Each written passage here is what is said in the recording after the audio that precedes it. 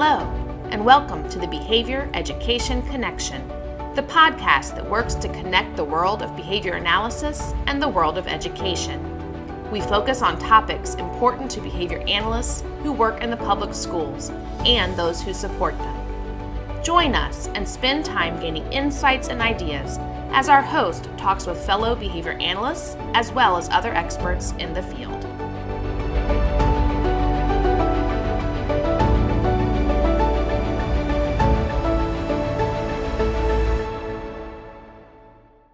Hello and welcome to the Behavior Education Connection. I'm your host, Selena Layden, and I'm excited today to be joined by two wonderful people, Courtney Wolfson and Allison Matthews. Hi, ladies. How are you? Great. Hi. How are you? I really am thankful that you're here today. I'm going to take a second and let you introduce yourself. Allison, I don't know if you want to go first. Sure. I am Allison Matthews, and I am an ABA coach for Fairfax County Public Schools. Great. And Courtney? Hi, everyone. I'm Courtney Wolfson. I'm also an ABA coach in Fairfax County Public Schools. Well, thank you so much, both of you, for being here today. We have a great topic to talk about. So I know that supervision in public schools can be a little bit challenging sometimes, but you all have done some really great work up in your county. And I want to, I'm so thankful that you're willing to kind of share what you've been doing and what you've been working on and how you've made some of it work for you all. So if you're okay, we're going to go ahead and jump right in. So first question. So when you were kind of figuring out, like, we really need to have more behavior analysts and we have some capacity potentially to supervise them, like, how did you kind of start this process and how did it develop over time so that it's become what it's become? And I know we'll get into that part a little bit later, but what were some of the things that you did when you started?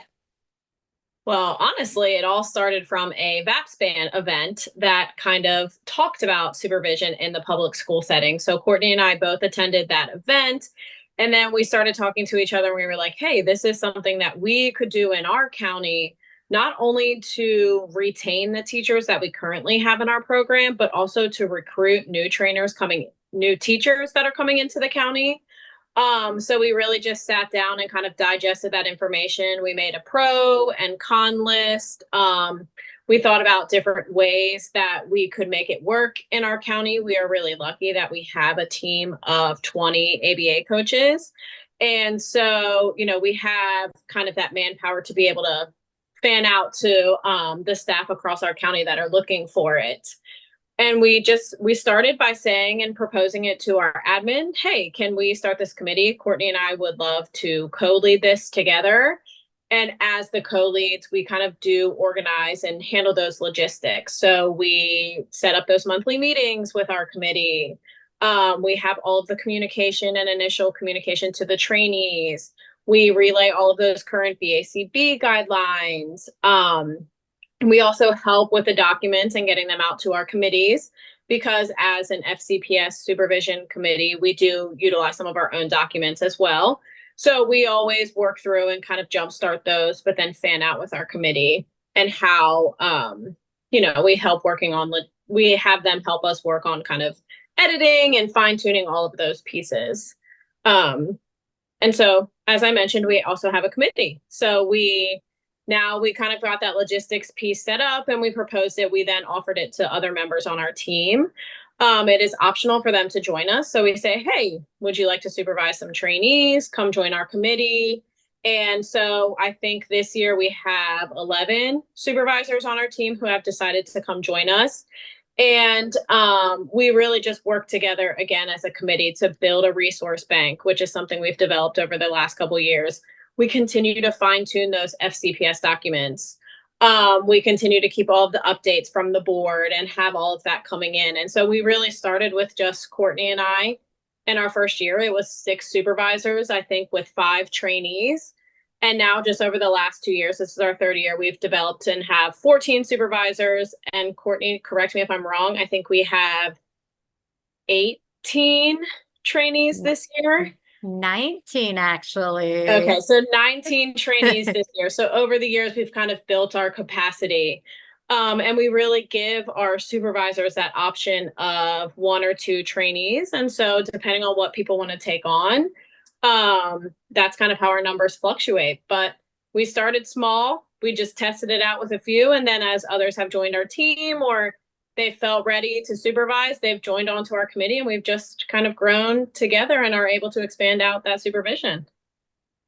I love how you kind of describe that. I think this idea of not just jumping in and, oh, we can take on like 50 people and that'll be great. Because supervision takes time and it takes a lot of planning to do it well. And we want to have quality supervision because we want to produce quality BCBAs. So I really love some of the things that you talked about. So we'll jump into kind of exactly what this looks like in just a second. But before we do that, like, how do you decide who gets to do this? Like, can anyone who's taking coursework say, I need a supervisor, or do people apply with this in mind? What's kind of the process for that? Yeah, so we have a list of candidates that either come to work to FCPS because of this benefit. And we also have those already FCPS employed teachers who are also seeking this incentive. And trainees are required to either have already taken the coursework or in the middle of their coursework, but they are ultimately selected on a first come, first served basis. So the first step is once they start to show interest, is they just reach out to the co-leads, so Allison and myself, and we just take that written request and then add their name to the list. And so we will provide supervision based off of the number of supervisors that we have, and as trainees start to complete their hours. So it doesn't necessarily mean that it's at the start of the year. Last year, we were able to take a handful of trainees off of our wait list throughout the year. And then this year, we were able to also take a bunch of names off the list because we gained so many more supervisors. So whenever we're talking to people, whether it's people coming into the county for this incentive or already employed teachers, we kind of share that information as, you tell us that you would like it, we put your name on the list, and then it's just as we have a position available, your name comes off the list, and we're able to then offer this incentive to them. That's great. And that's a huge incentive, especially for people who are really looking for this.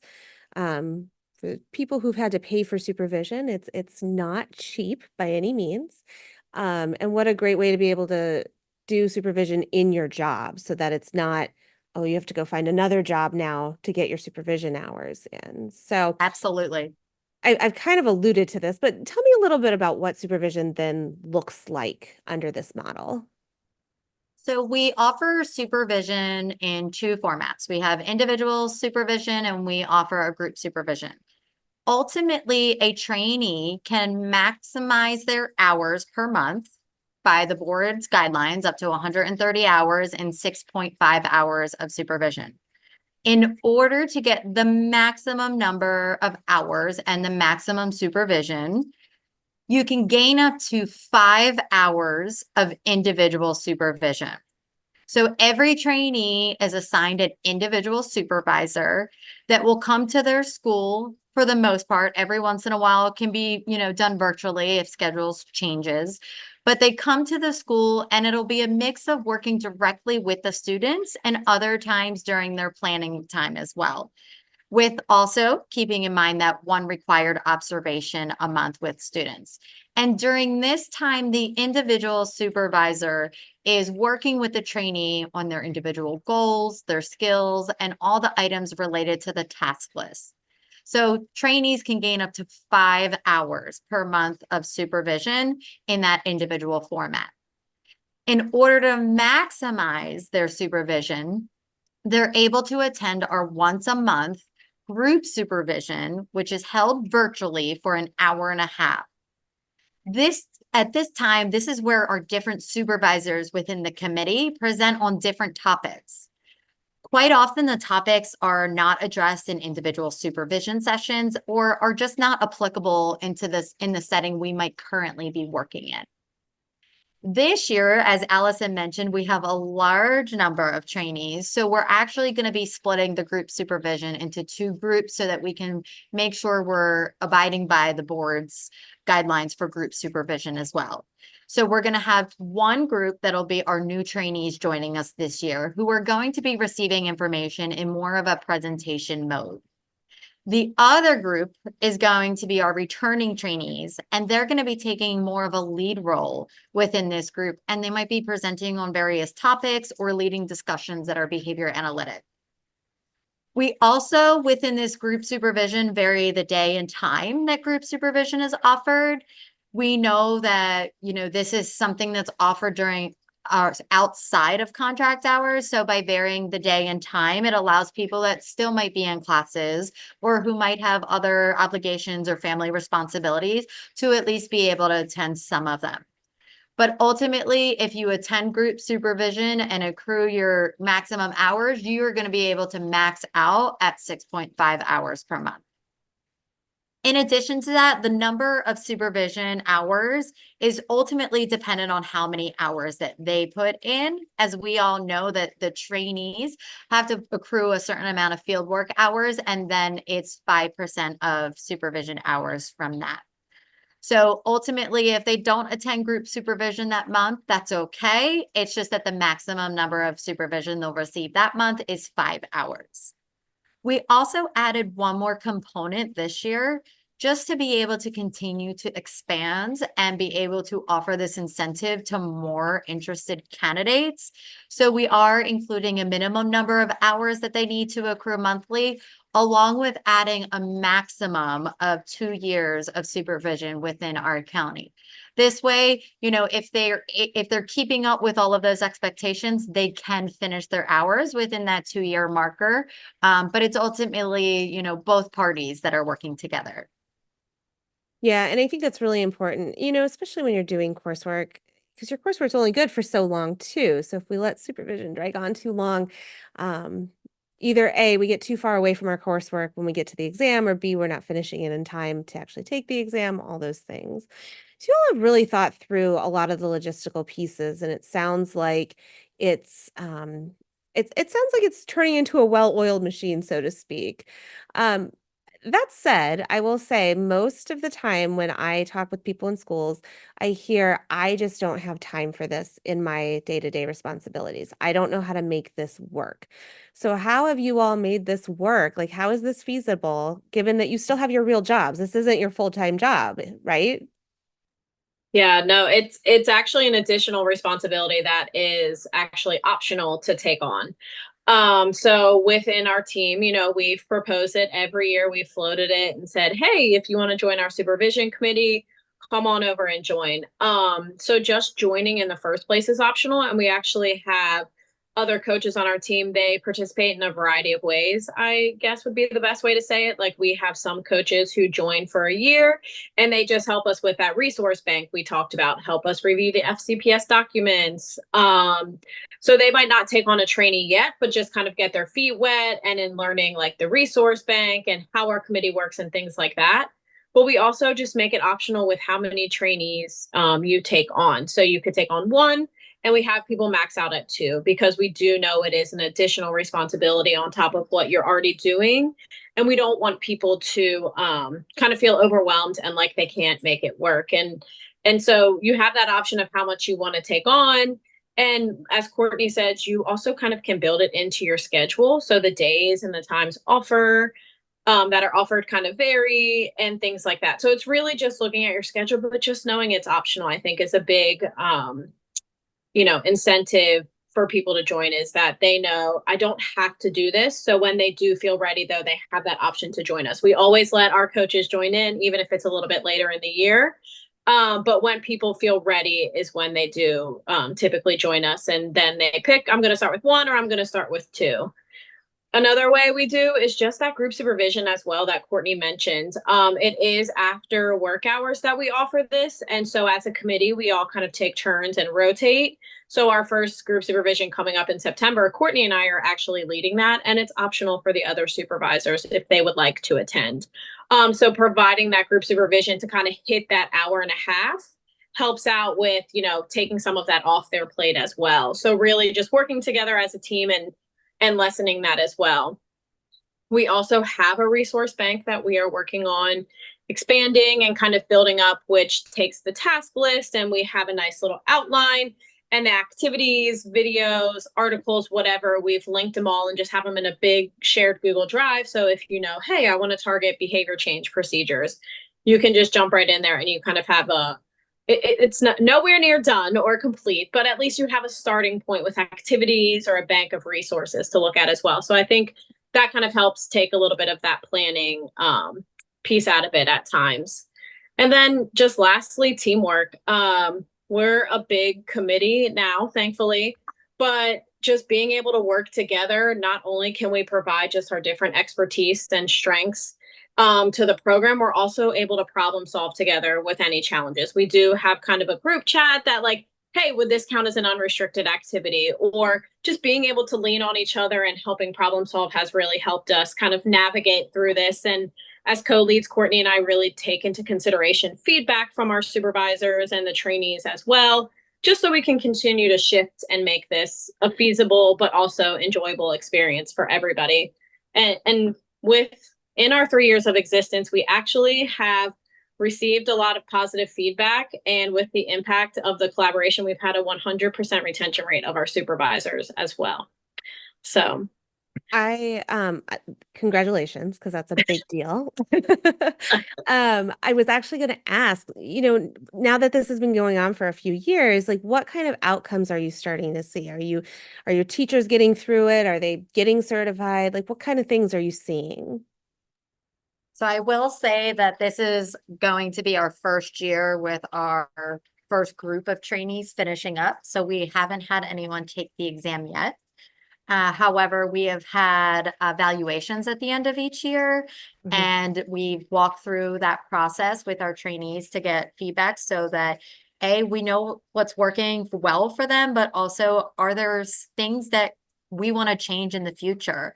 So we've seen some of those things and we made those shifts to allow us to, continue to make an impact, but it'll be exciting at, mid-year to the end of this year, our first group of trainees will start sitting for the exam. But also, I just thought of this, but we had a few of them that started a study group on their own, and they were kind of all on different paths as far as where they were in their hours, but they kind of take that opportunity to work together. We were, not part of it. We just we gave them the emails and then they led it, and they meet monthly to be able to kind of practice some of these things together. So it's really nice to see. And also, personally, I feel like to be able to get the supervision in a public school setting is just wonderful.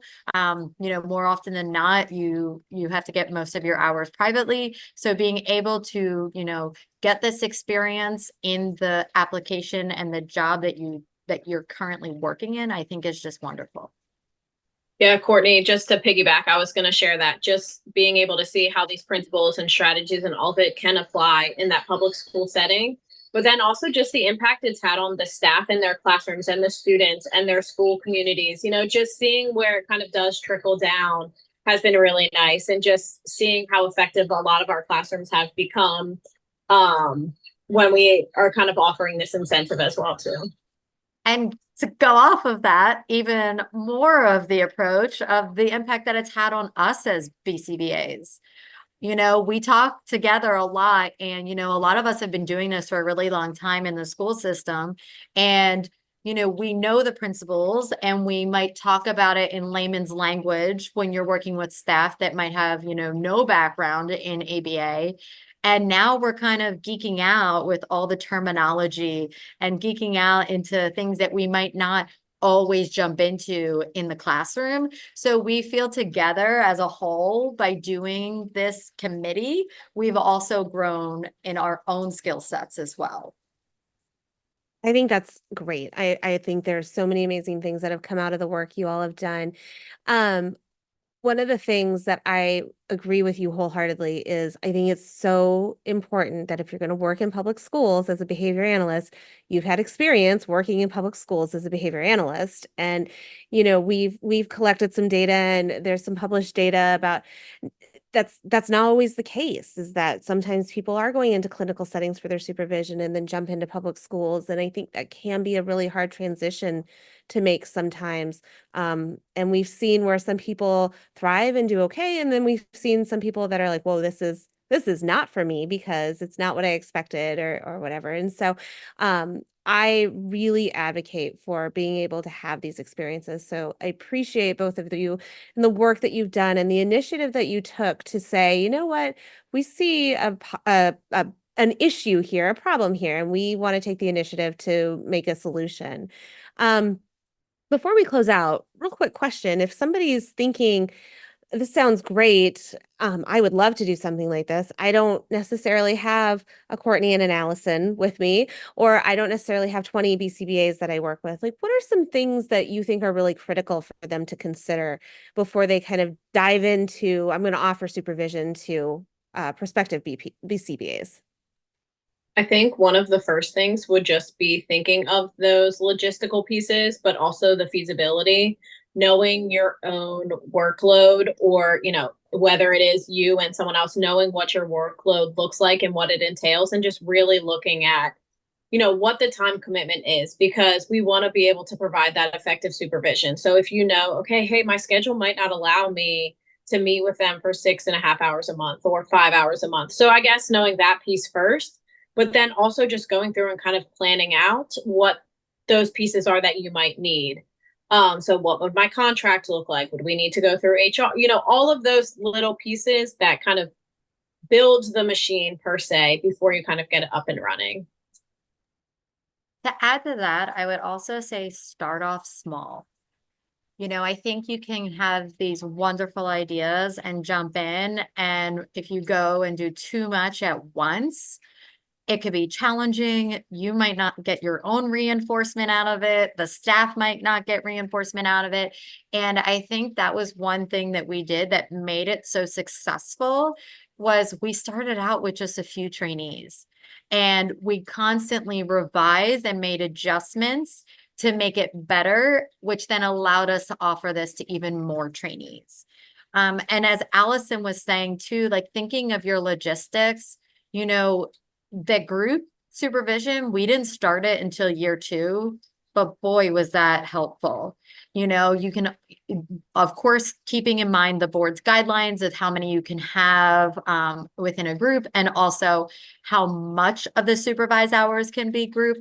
But it really has been helpful for the supervisors as, they're creating their schedules, managing the expectations of their full-time job and supervisor job. So. Well, and I think it's helpful for your supervisees too, right? To be able to hear from more than one person. And, we all have different experiences that we bring to the table. And so how we problem solve may be slightly different, or the expertise we bring may be different. And so I think it's really great that opportunity exists.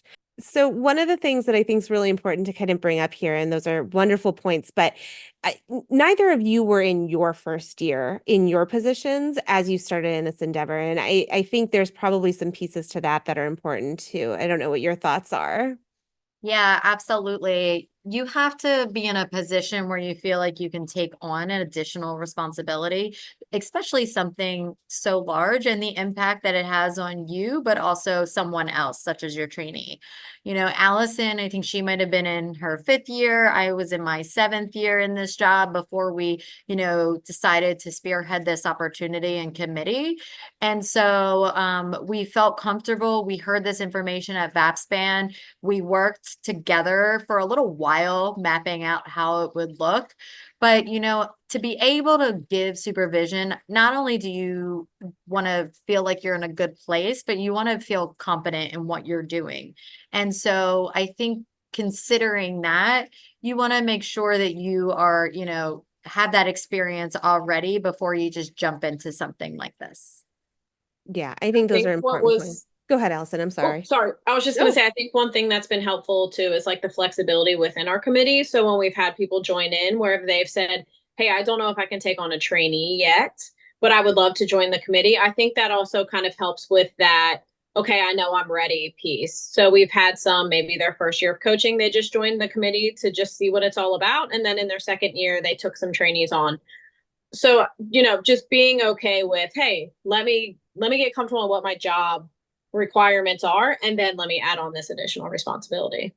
Well, and I think it's great that you've built in mentorship in addition to supervision, right? Like you have your supervisees, but then you have people that are already certified to provide mentorship and support to them to grow their skills and their scope of competence, which is a whole nother episode that we could talk about. But it's an important facet because we get our, we pass our exam and then it's kind of like, okay, there you go. And so I think it's great that there's those multiple layers in there. Well, I want to thank both of you for your time today. This has been a really great conversation. Any last thoughts before we end today? I don't think so. Okay. No. Thank you for having us. Thank you for having us. And honestly, it's been really enjoyable to develop this and run with it. And, I think it's been a responsibility that most of us can say that we are excited and happy to take on because we get reinforcement out of it as well as the trainees get reinforcement. Well, I think it's definitely work worth doing. So I love that. And I loved hearing about how you've made this work for you all and some great ideas. So thank you so much for joining me. Thank you, our listeners today, for joining us for this conversation. And I hope you'll join us for our next episode. Thank you for joining us on this episode of the Behavior Education Connection. Join us next time for another great conversation about behavior analysis in the schools. And don't forget to subscribe so you don't miss out on an episode. Sending out a special thanks to the Virginia Department of Education for supporting our work. We look forward to connecting with you all again soon.